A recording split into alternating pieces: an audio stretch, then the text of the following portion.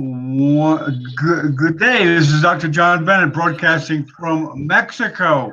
We're doing our usual neurosurgery Super Sunday, and we have the pleasure of having Iype Cherian once again to talk about. He'll tell you what he's going to talk about, and we're going to kind of wing it because connection is not so good in Mexico City. Hira Burham, a Pakistani medical student from Karachi, may take over the hosting duties if he comes back. But first, let's introduce the members of the panel. Hello, Rakesh. Hello, everyone. I'm Dr. Rakesh Iype, a neurosurgery resident from India. I'm very glad to be a part of this Neurosurgical TV Super Sundays. Thank you so much. About your prize you just won, Rakesh. Thank you. Thank you so much. Well, tell us about it, quick. Hey, Rakesh. And Phil Vantha, welcome. Yeah. Could you please introduce yourself? Hello, everybody. My name is Vantha. I'm a neurosurgeon from Cambodia, and I am here in France for a 2-year fellowship in the. Yeah. Welcome. Okay, Iype, it's all yours. Right. So.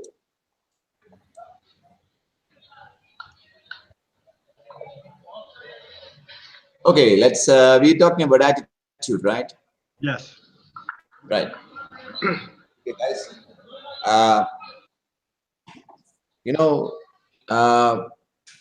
This is a very important but very forgotten topic.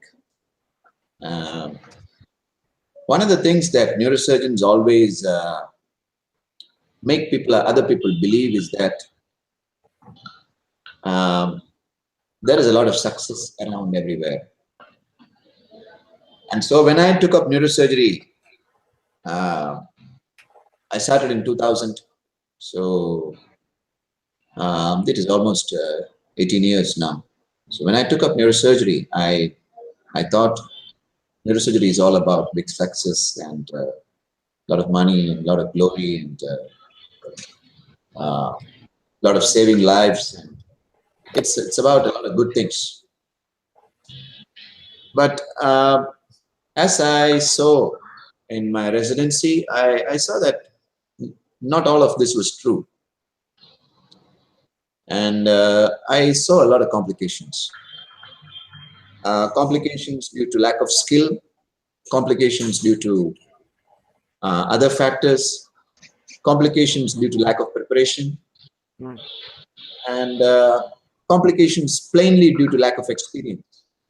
So I saw all this, and I realized that there are two types of people. 90% of the people who doesn't want to get out of their comfort zone. So by the time their residency finishes, they get into a comfort zone, and then they just don't get out of it. They end up to be middle class, I would call middle class neurosurgeons, who always goes to conferences. They say, I never have complications with my lumbar disc or my cervical disc or my aneurysms or whatever. I mean, they don't have complications. They are the guys with all good, excellent cases. They show the best cases, and you know, they never move forward. That's what I think. Well, there is another kind who's the adventurous kind, who goes and does everything and doesn't care really about what happens. And I think both are bad attitudes for a young neurosurgeons.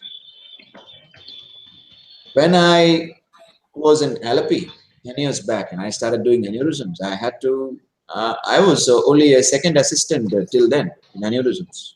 And suddenly when I was asked to do aneurysms, it was a big transformation for me. I had to read the book, Apuzzo's Avoidance of Complications, and because Lawton's 7 aneurysms were not out by that time. So I had to read Apuzzo's Complications Avoidance, and I literally had to do it in my mind 100 times. And, it was difficult. And many aneurysms, before I ruptured, I did not figure out there was an aneurysm. The only way I know that there was an aneurysm was when I ruptured it. Then I clipped it. Sometimes I did not know where the A2 was, where the A1 was. Sometimes I had so many complications. Sometimes I got lucky. I would say at least 30 aneurysms, I had no idea. I had absolutely no idea as to where is the ACOM, or, there were some posterior circulation aneurysms. If it was me today, I would think twice about doing those aneurysms. But those days I didn't think. I just went in and I just did it. It is a lot of boldness which comes from foolishness. This is the advantage of a young neurosurgeon, because you are bold enough, you tackle anything. You go into cavernous sinus, you go into everywhere, and you tackle because you are foolish. So, well, you learn, and then by the time you are 3 years or 4 years into neurosurgery, what happens is you form a comfort zone. The biggest problem that happens to you, you think you are somebody big. You obviously think that you're somebody big, and you cannot make mistakes. If you make complications, this is something which is going to kill everybody or kill your reputation, or it's going to finish you off, and then you suddenly start having the fear. Because then suddenly you have something to lose. In your first few years, you have nothing to lose. But in the 3 years to 4 years to 5 years time, you start becoming mature and you think, okay, I am somebody now, and I have my reputation, and I cannot lose now.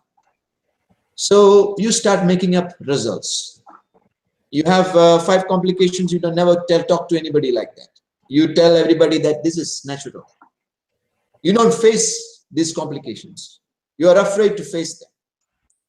And then slowly you start falling off the grid, which means you stop doing anastomosis, you stop reconstructions, you stop big surgeries, you stop big petroclivals, and you're comfortable in your comfort zone, and you send all these complicated cases to somebody who either does it or doesn't do it, or somebody who does radiosurgery, or somebody who does some stupid coiling here and there. So, with all due respect to coilers, okay, and you start writing trials like Aruba trials and say that you should not touch AVM and things like that. This is natural, because you do not want to get into an AVM, and maybe you have gone thrice or 4 times into an AVM, and you have had big bleeds, you lost maybe buckets of blood, and then you say, okay, next time, I'm very good in AVM surgeries, but no, I don't want to operate it. I just want to watch and wait. Okay, this is an attitude which develops. Unfortunately, this is called fear attitude, and I have only respect for those people, because I have gone through the same thing. I have nearly exsanguinated patients with AVM, and I know how it is like. I have been lucky to get away with a few, but now I am okay with my AVM surgery, because I know the principles of AVM surgery. So we operate, I mean, if you look at Google, we have operated grade 5 excision of grade 5 AVMs. The first paper which will come up is ours. So Yuha is now with us, and I have talked to Yuha on a long conversation I've had with Yuha, whether this is any different for him. No, it is the same for him too. The fear is always there. Everybody, even before a cystonostomy, I have done over 1,000 cystonostomies, but before cystonostomy, I have fear. For sure, I have fear. But this fear is constructive. It is not paralyzing fear. It is not that, my hands are stopping because of this fear. No. It is not as if I will avoid the next case. No, I will not do this. This fear is there. I know that. And this fear is not thinking about what can go wrong. This fear is about everything going right, and then the patient doesn't do well. And this is my fear, because it happens to me. Many times it happens to me. Even now, I clip an aneurysm beautifully, and the patient is completely okay, and sometime later there is a small lenticular striate infarct and the patient develops vasospasm and gone. So I cannot find a mistake that I did. I cannot, I review the videos many times. The two ways I can do in this kind of a case is, forget it, I'm going to give it to the coilers, or I'm not going to do this case anymore. This is a heartbreak for me. I should not do this anymore. The other thing is, this is not easy. It is out of your comfort zone. Like a petroclival. For example, sometimes you do petroclivals and it is a disaster. The cerebellum is swelling.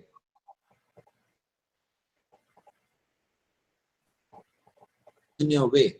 And everybody is watching you because everybody thinks that you are one of the best petroclival tumor surgeons.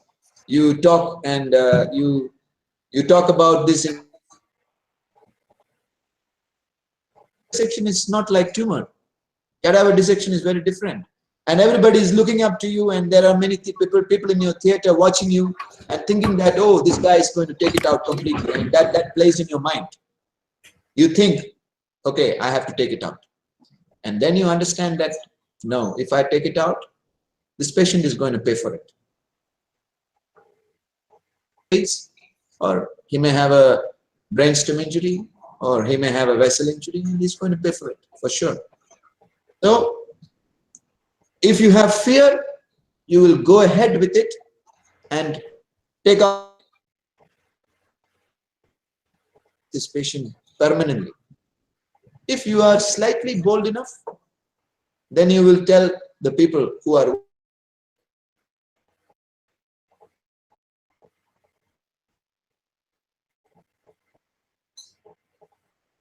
and you will tell them, if you are courageous enough, you will tell them, sorry, today this is it I can do. This is what I can do, nothing more. So they might laugh at you, and think that, oh, this guy, he just talks and he doesn't do. So this has happened to me too. Okay, this has happened to me too. But if you have, sometimes you get more and more experienced, you start from one end of the tumor and then sit down and then maybe take the whole day about anything else. Work on it till you reach a dead end. Take this tumor out. I remember when I was taking out a pineal, I made a stupid mistake. This Kazadi Kalangu and Victor was in my theater. Huge pineal lesion for a boy. And because we have done so many pineals, we decided, okay, let's go supracerebellar infratentorial. Victor will tell you what happened. So I said, okay, fine, supracerebellar infratentorial, and we didn't even look at the scans properly. We just went, and we thought usually tumors are soft, and you can take it out with. These two, my very good friends were there, so I went in, and to my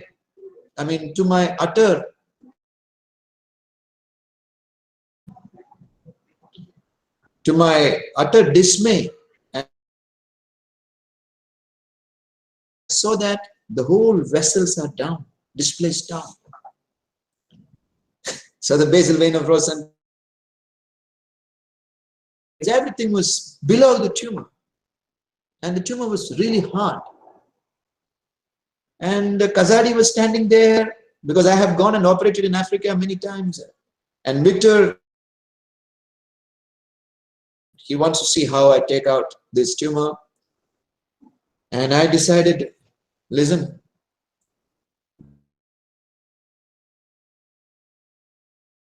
that I'm not confident that and all the vessels are in my way. So we went at it, and almost for 5 hours. A bit of tumor when we took out, there was severe. one of the major veins. Boy. So we went in, I went in, I found out the bleeder, arrested the bleeder. Next day, the patient was sitting up, he was okay. And Kazadi was telling me that, I mean, it is your willpower.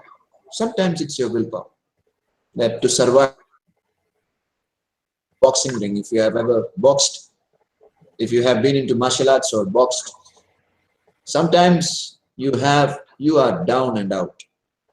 And the only thing which keeps you going is nothing physical, it's just your willpower. And you want to say that, okay, I'm going to screw this guy. I'm not going to back down. Unless I am knocked out and I have completely unconscious, I'm not going to back down. So this is something that, and again, one more important thing that you have all come across is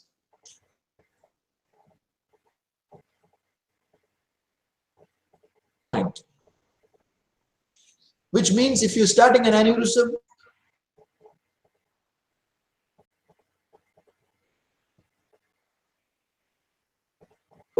what you do is you divide this surgery into 5 major steps, and then you think about only the first major step. You never think about aneurysm. So today I have a complex ACOM.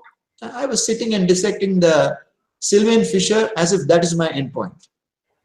I sat down, I did the orbitozygomatic because it's a very high ACOM, and I just dissected my Sylvian fissure like I have all the time in the world, and my only thing in the world is to finish that Sylvian fissure dissection.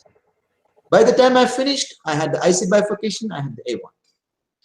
The next phase, I was to see the aneurysm, just to peep, have a look at the peep at the aneurysm. That's all. There is no need to clip it. So I just started, and I have a peep at it. Then my next phase is to expose 1/3 of the aneurysm. So I don't think about clipping the aneurysm at all. I just sit down and I take my whole time and I expose 1/3. It's a success for me. It is like 3 out of 5. Then I try to expose the aneurysm so much so that I can see the A2. The A2 is completely flat on the aneurysm. I have to see the A2. I saw the A2. Then the 5th step, I say, okay, fine, I have done all this. I'm 4 out of 5. Now let me try and expose the aneurysm. I expose the aneurysm. Then I think about clipping.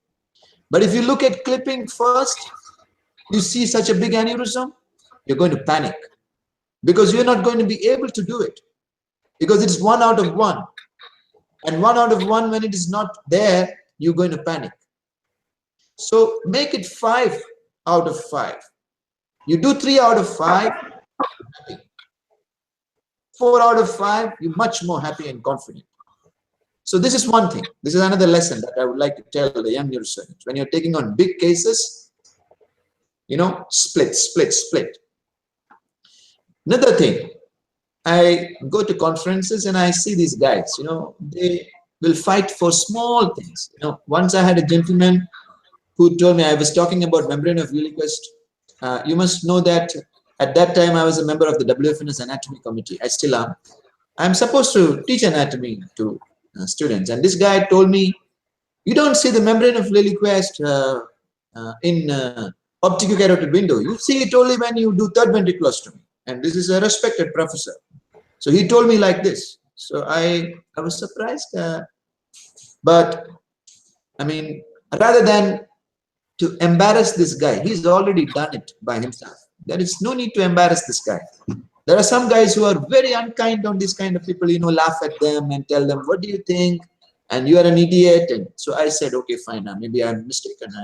I will check it up again. So this guy was laughing. He said, yeah, I mean, you're talking about this and you don't know. So the guys who knew, about the 10% of guys who knew the anatomy came to me and told, I mean, this guy is incorrigible. But you don't need to expose anybody. You don't need to fight with anybody. You don't need to go to conferences and prove yourself, when we used to learn martial arts, one day, just before the black belt awardee in 1993, when we were going to get the black belt, Slaven will know about it. So the teacher, who's called the sensei, he came to us and he told us, there is this small child, and the small child, if he beats you on your chin, will you beat back? So we all of us said, no, we won't beat back. But the sensei said, if supposing it is your friend, next guy, standing guy, and if he gives you one, will you beat back? Supposing it pained less than what the child hit you, will you beat back?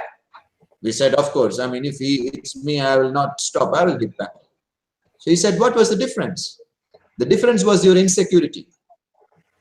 With a child, you don't have insecurity because you are confident that you can do this. You can beat the child black and blue if you want. You will not do it because you're confident of it. But the other guy, when he touched you on your chin, you want to test yourself against him because you're not confident. You're insecure. And only these insecure people will come to these conferences and jump around the whole place and make others look bad and make people look sad. And these kind of things are done only by insecure people. There is no need to do that. If you are good enough, you have to be very kind. If you see the real masters, you will understand. They do not go in. Of course, if somebody is talking complete nonsense, you have to remind him that, okay, this is not correct, in a nice way. There is no need to tell unkind words and insult him or personally tell him that you are an idiot or you are a fool. So this comes from your insecurity. So these are few things. I have discussed a very few things. Number one is your comfort zone. Always get out of it. Always. Every single day, get out of it. And the prices that you get for it is much more. If you have a comfort zone, you don't live life. You do not live life. Whether it is in your daily life, whether it is with your love, whether it is with your surgery, get out of your comfort zone. And you should see the results. It's amazing. You always grow. It makes you a student, always. Every day is new. Number one. Number two, conquer fear and use it for something positive. Conquer fear means everybody in the world born will have fear. There's no doubt. Surgeons also has it. Today, before I went for this ACOM, I have done over maybe 200 ACOMs, but I have fear. I know it can go wrong. Again, the fear should not be on what can go wrong. So you are like a tightrope walker. A tightrope walker doesn't look down to see where he can fall. He looks at only the next part of the rope. He doesn't, if he looks at down where he's going, he will go down. There's no question. Look at your next step. Third lesson, divide your surgeries. Divide. Have one small target. Sylvian dissection. Craniotomy. Craniotomy is a good target. You see, finish craniotomy without a problem. Sometimes in an AVM or in a tumor, like a hemangiopericytoma going into the scalp, by the time the craniotomy is done, or in an AVM, sometimes by the time a craniotomy is done, your surgery is finished. Okay, I have had this experience. So do small targets, craniotomy, Sylvian dissection, expose the tumor, take a bit out of the tumor, then you are not worried. Okay, your targets are small, and then you achieve, and then go further and further and further. The last most important lesson is be kind and be humble. Anybody who acts like a big king in neurosurgery, we know what they are, because we have done cutting edge surgeries and we know how it is.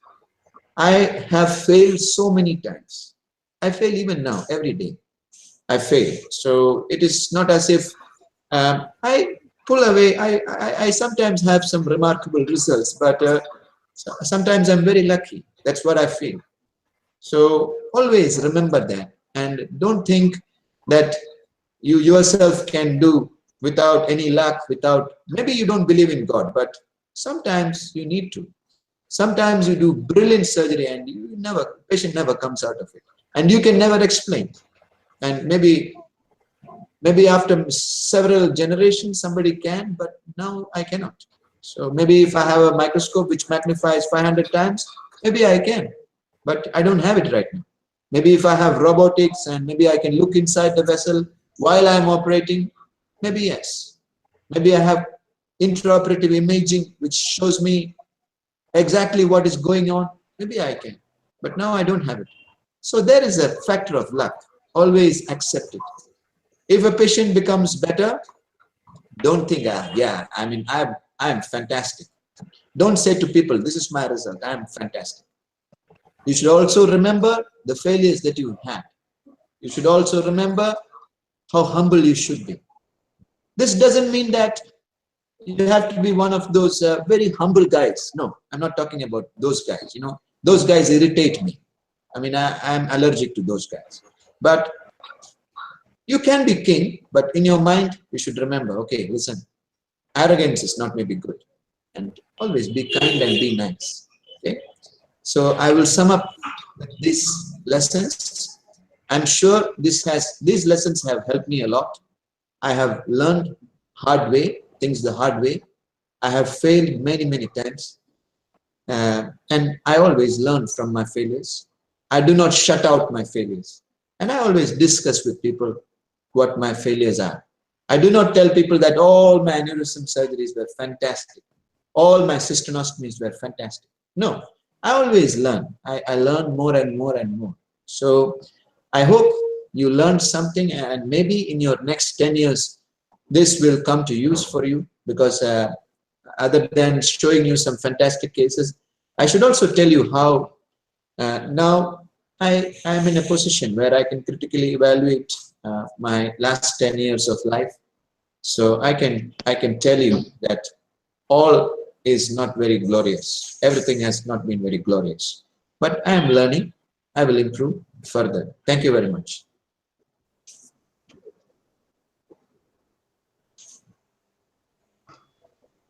Okay. Iype, thank you very much. Hero, can you pretty good? Can you handle things? Hera, are you there?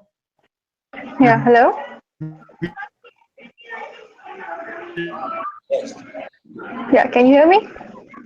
Yeah, I can. We can hear you. Yeah, my internet did not work today, and I'm working with the 3G, and I just sorted out something with my smartphone so I could attend this. Anyways, it was a very good talk. And did we have the introduction with the panelists today? Yeah, I think there were only few of them at the beginning, and in the middle, the few others joined. So. Okay, so can we have Amna to introduce herself?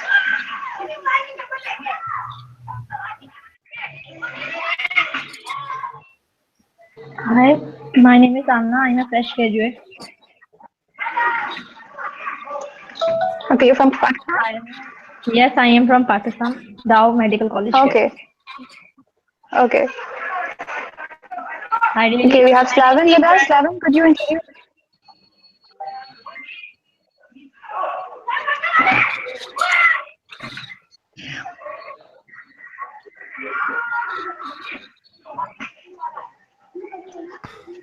Okay, Kevin, you want to introduce Kevin? How you doing? Kevin, can you hear me okay? I guess not. Hello, Kevin, can you hear me? I guess not. Kevin, can you hear me okay? Hello. Yeah, hello, Kevin. Hello, yes, sir, I can hear Looks like you. somebody is getting murdered in the background.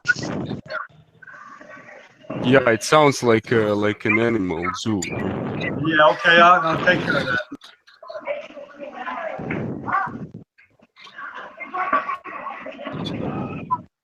Okay, go ahead. Go ahead, Eric. Can you handle things, please? Yeah, I can try to handle things with my smartphone.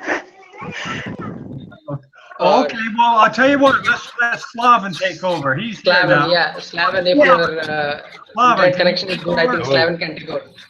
Yeah, I can hear lots of echo for the first place, and I think I Dr. think Bennett, it's I from think you Hira. have the echo. Yeah, okay, some I'll reason. mute people, okay?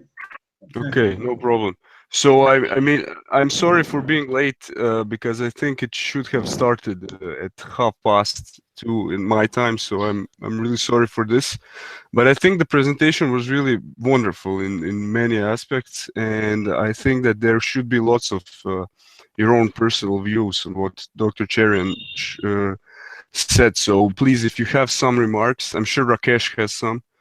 So I would Yeah. personally love to hear them. So please, can you go ahead, Rakesh? Thank you so much, sir. It was very nice to hear from an experienced person. We hear a lot of things on AVM surgery, aneurysm surgery, and all kinds of surgeries. But the attitude is so important. As you said, we go to a lot of conferences, and the practical, whatever you said, were the practical things that goes on in the conference. And you gave us your idea of 10 years experience that will guide us. I think most of us here are young neurosurgeons or aspiring to be. So it will be very helpful, whatever you told. So thank you so much, sir. Right, it will be a kind if the two other big neurosurgeons are with you. So if we can get 2-3 points from them, what are their personal experience with attitude? If it will be very great for us. It's very good for young neurosurgeons here with a lot of experience. They can tell few things. Exactly. I agree completely. Dr. Bennett, did you finish muting? Remarks? Go ahead, Slaven. I'm sorry. No, it's okay. You can lead the thing if your echo is okay now. I'm just checking. Okay, no, you take it, Slaven. Go ahead. Okay. Well, what I wanted to say is, I like this 5 out of 5 thing because two most important remarks for myself were I had a very close experience when I was at the conference in Romania. It was 2 weeks ago, and I needed to present a case which I was really emotionally invested in because it was a pediatric brain tumor. I presented it here sometime before, and I was really upset and concerned about my performance on it because I thought that the case is good. And I think that what Dr. Cherian said was really important because you must not go there to compete. You must go there to share knowledge and to kind of learn for yourself. And I don't know, I didn't manage to make this twist in myself. Last time I did it, and I was the first one. I won the Best Abstract Award when I didn't really compete.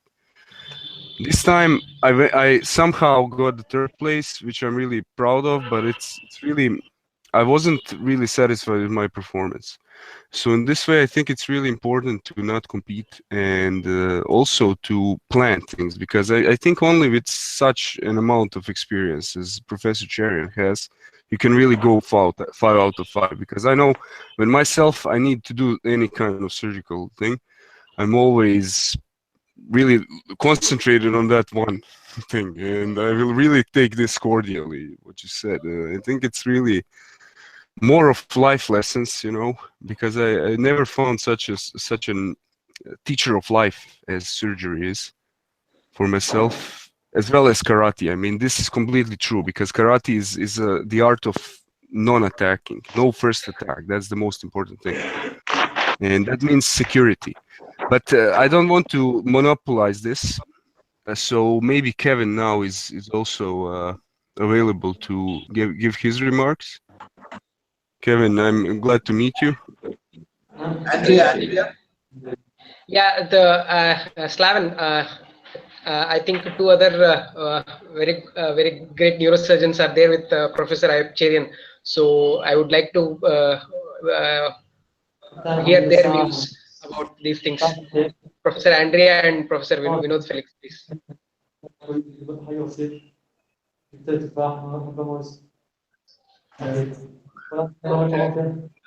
Everybody.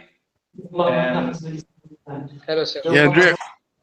Yeah. We could hear you very clear. So yeah, this is better. Hi, everybody. Of course, I'm still learning so much. So I actually one of the conferences I like the most is one of my first.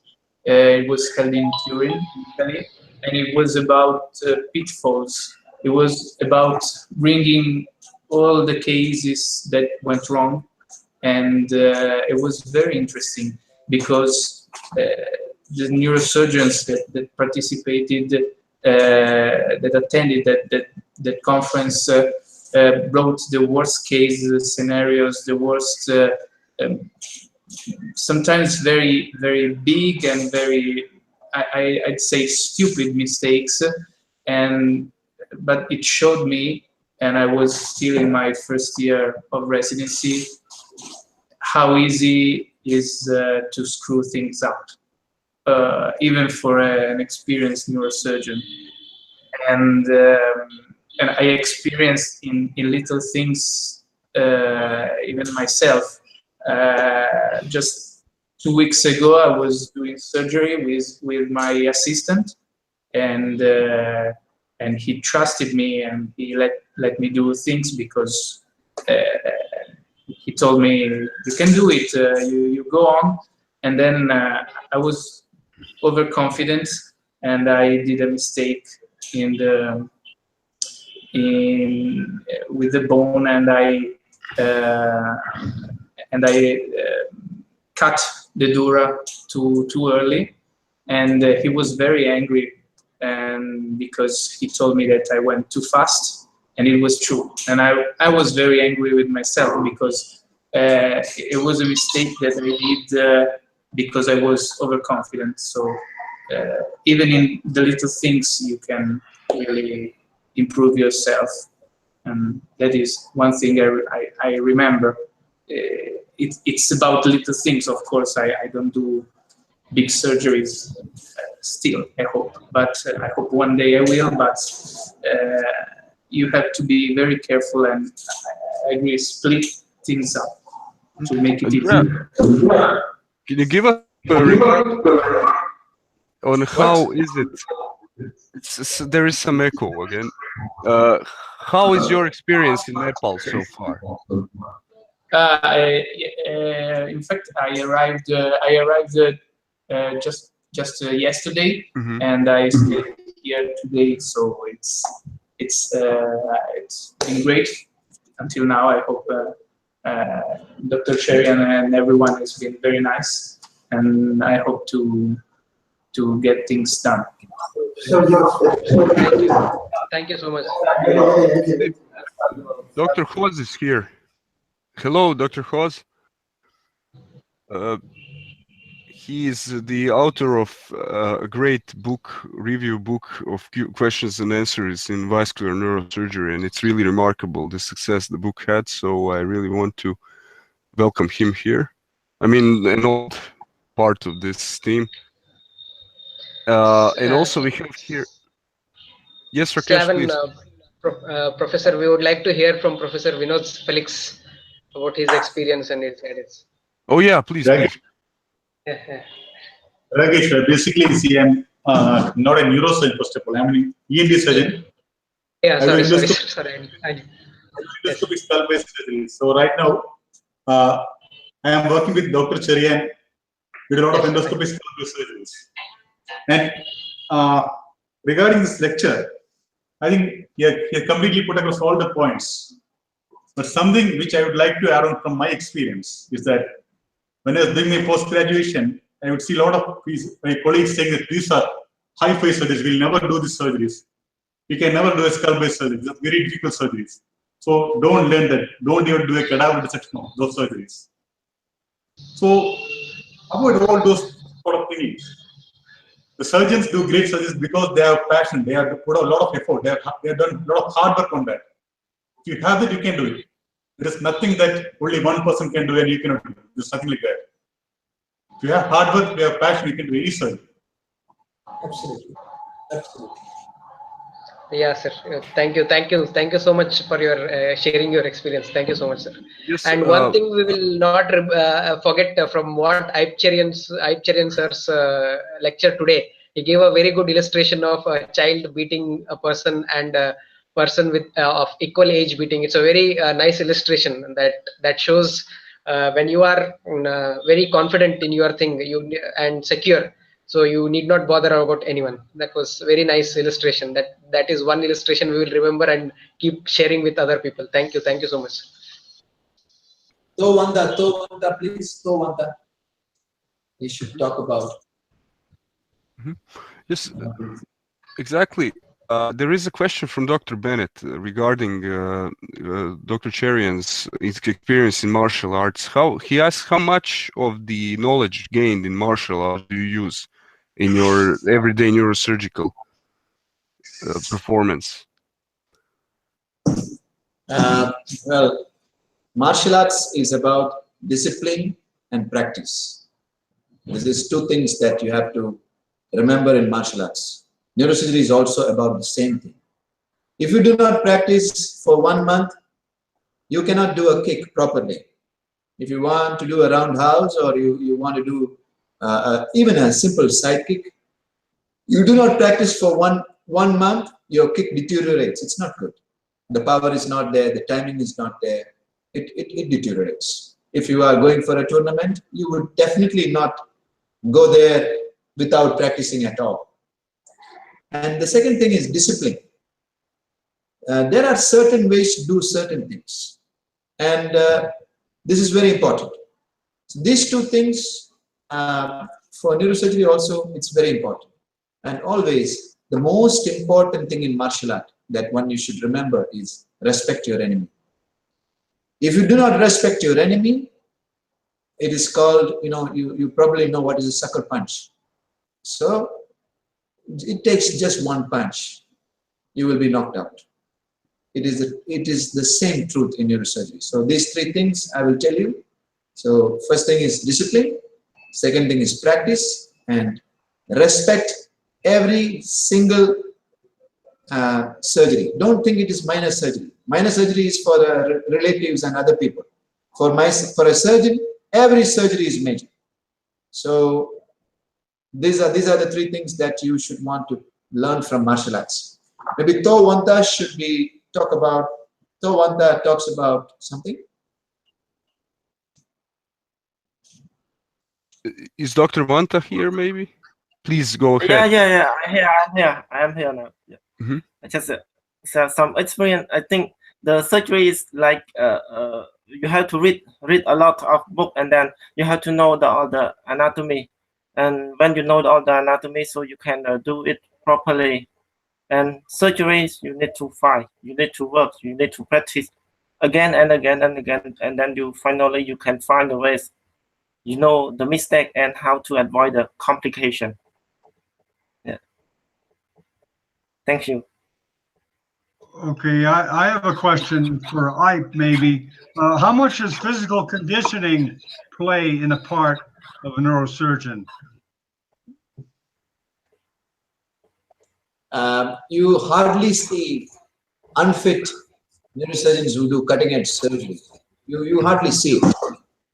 You go to all the meetings, you see Ed Benzel, or you see Salman, or you see, even Mazda, Keki Turel, he's 73 years old. He just went to Nepal and he did 25 push-ups.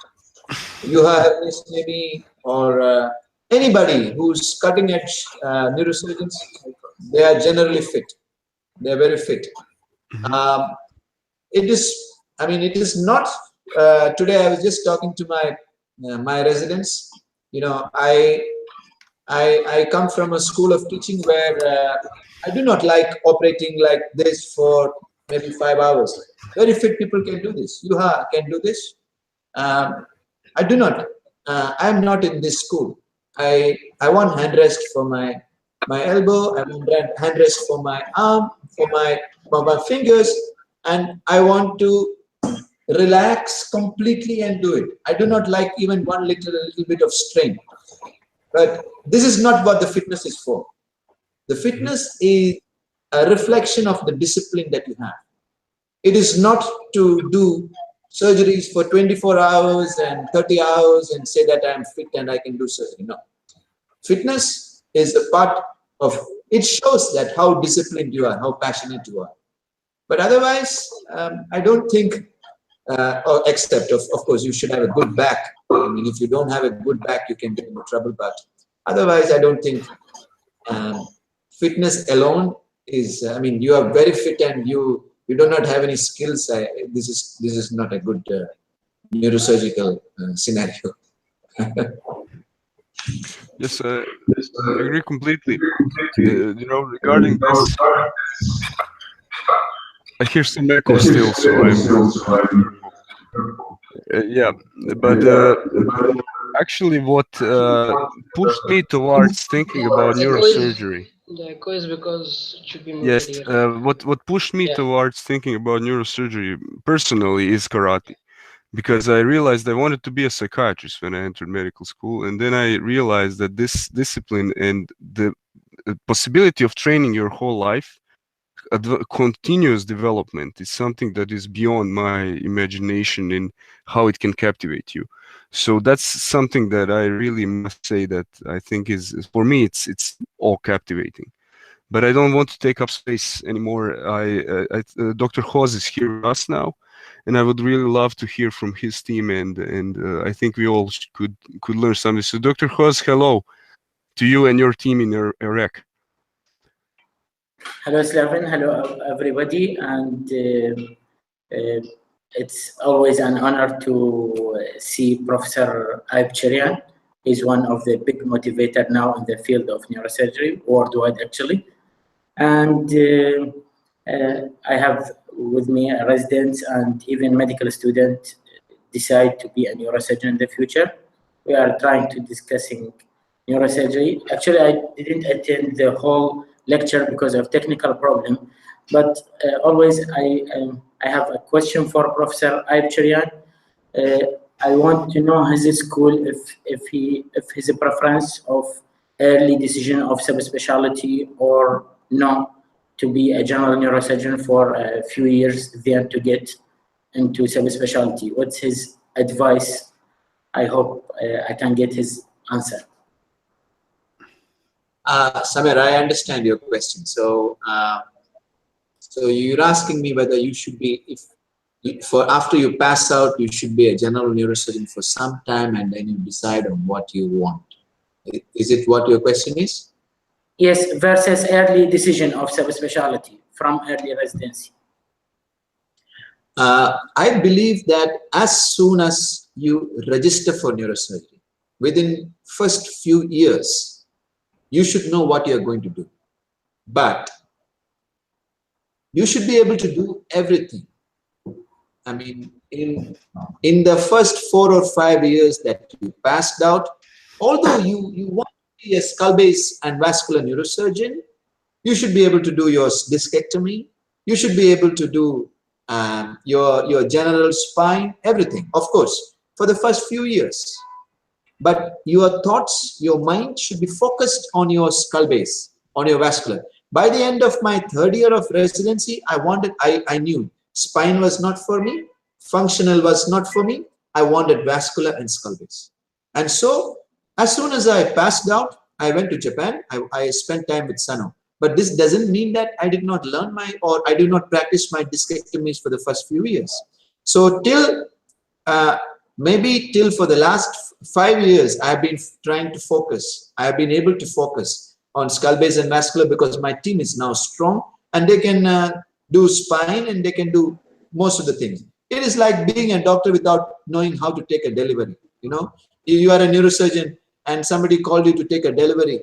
Of course, I mean, it is not a delivery where the child is turned upside down and you don't have to take those kind of delivery. You're not a gynecologist. But to put an episiotomy and take a delivery out, if you do not know and if you say that you are a neurosurgeon, it is a disgrace. So, of course, you should know everything, but in your mind, you should know what you are going to be. From at least from your 3rd year, final year residency, you should know.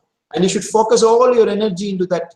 And slowly, you should plan on giving up everything else, because neurosurgery is narrow and deep. I see a lot of young neurosurgeons falling into this trap of thinking that I can do everything. No, you cannot do everything. You have to be narrow and deep. You cannot be shallow and wide. And some people say, I am wide and deep. This doesn't work. Okay, wide and deep doesn't work. Then there should be an airlines mechanic also. Then there should be a striptease expert also.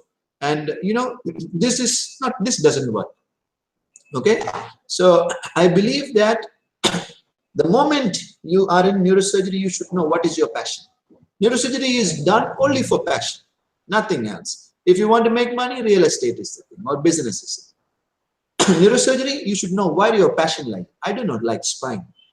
Salman will kill me for this, but I believe spine is terrible. You know, I can only say that. I mean, it is screws and it is hammer, and of course I have done it. I have done this and I do not enjoy this. I wouldn't do neurosurgery if neurosurgery was about spine. I would never do this. I would probably go into psychiatry or something, or I would be maybe a chef or something. But skull base and vascular, I love it because the drilling, like drilling PCP or dissecting a vessel, is something else. I can do 24 hours of it and not be tired. I told you, I just finished a very, very complicated, but very interesting surgery. But so you should know from the beginning, you should know what you are going to do. And some people's spine is their passion. I do not understand why, but some people's spine is their passion. Screwing and, you know, they just love it. Okay. So whatever your passion is, take it, but learn to do everything else. Okay. This is my advice. Thank you. Thank you. Very nice talk. Yes, Dr. Quaz, maybe you could introduce us to your team. There. Huh? Maybe you could just introduce us to the people at the hall with you, if they want to be featured here. Maybe you could introduce people with you at the hall. Okay. Hello, I am Alpha, a resident neurosurgeon, first year. My name is Ali. I am a final year medical student, interested in neurosurgery. Hello. Oops. Hello, my name is Irfan, and I'm a fifth year medical student, interested to be a neurosurgeon. Hello, my name is Iype Ahmed. I'm second year rotator, and I'm interested in neurosurgery. You know, perfect. You're all welcome here, and we're really glad to see so many faces. Oh, there is one more. Hello. I'm Mohammed Amin, final year resident in neurosurgeon. Perfect. Welcome, everybody. And I'm also glad that we could see the space that you have. I see it's really beautiful here with all the, you have this book stand in the corner. And I mean, I would love to see this place. I mean, with my own eyes, you know, so it's really remarkable to have you and your little. Welcome, Slaven. So it's really beautiful. I mean, this thing, you know, that you have the whole hall of people, full hall of people here on just one place on the panel, and I mean, it's really remarkable. So you're all welcome. Can I make a Of course. Yeah. Hi. Yeah, I'm John Bennett. I'm in Mexico right now, and we're doing exactly what Samer is doing. We're trying to do that. We're trying to establish. We call them rooms of visualization in places that don't have good internet connections, to have a room full of people like Samer is doing in a hangout. We're trying to do that in El Salvador, Honduras, Guatemala, Venezuela, and Cuba. Just get rooms where groups of people watch, just like they're doing in Iraq. So it expands the power of the hangout. It expands the technology. Perfect. Yeah. What is the situation in Mexico regarding? I mean, you met some important neurosurgeons there, as far as I am. Yeah, we're setting up a pediatric neurosurgery conference. Actually, Fernando Chico Ponce de Leon, a pediatric neurosurgeon from Mexico, has put together a great lineup of pediatric neurosurgeons from Latin America, from Spain, from Italy. from actually all over the world that we're going to present on Wednesday to Friday.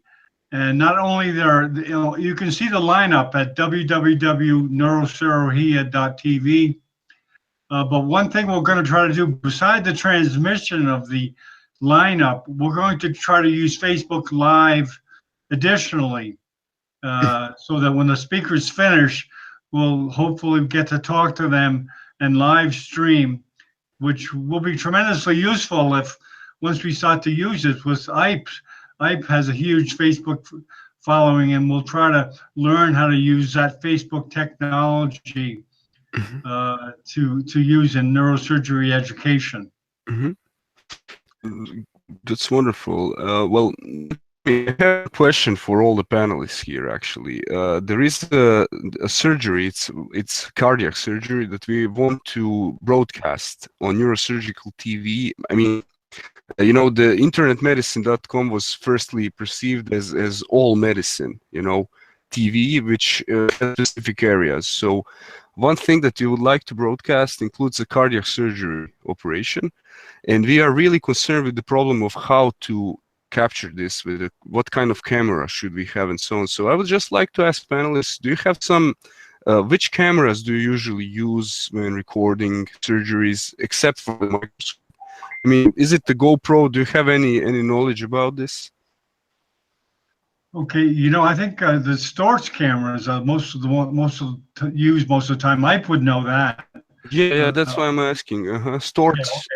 Yeah, it's of course. I'm just asking, you know, because it came to my mind now that because these are some of the technical issues that we are faced with, trying to make a television station out of surgical procedures, which is really, I mean, that was my concept of neurosurgical TV. You know, to go home, turn on the TV, and then you have surgeries all day, which you can follow, you know, and kind of learn while doing your laundry and so on. I mean,